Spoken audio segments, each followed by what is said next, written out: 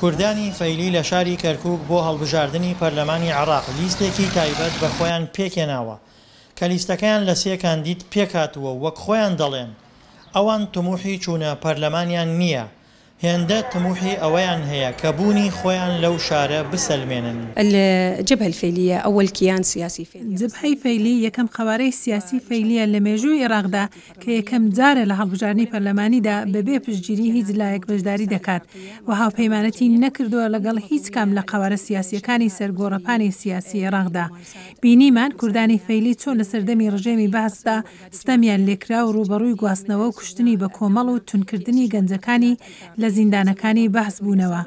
بۆیە بڕیارماندا بەشداری بکەین لەم هەڵبژاردنانەدا وەک لایەنێکی سربەخۆ لە 4 پارێزگا لیستمان هەیە کە بریتین لە پارێزگاکانی کەرکووک بەغدا دیالە واسط و یەکەم لیستین بۆ ئەوەی سربەخۆیی و بوونی خۆمان بسەلمێنین.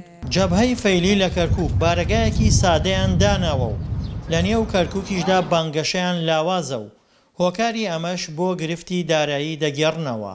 من كهوڵەتی کوردم فێلیم حەزەکەم دەنگەدەم بۆ بە حزب خۆمانە بە جەبهەی فێلیەکەوە کە بۆ ئەوەی کە ئەمە یعنی سەرکەوی ناو پەرلەمانەوە و ئێمە حەزەکەن قایمەی مستەقلمان هەبێ بۆ بە ناو دەنگی کوردی فێلی حەق خۆمان ببین.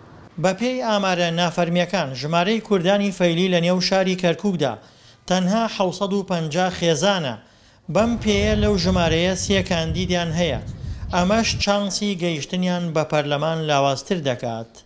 دڵشاد ئەنوەر دەنگی ئەمریکا پارێزگای کەرکووک.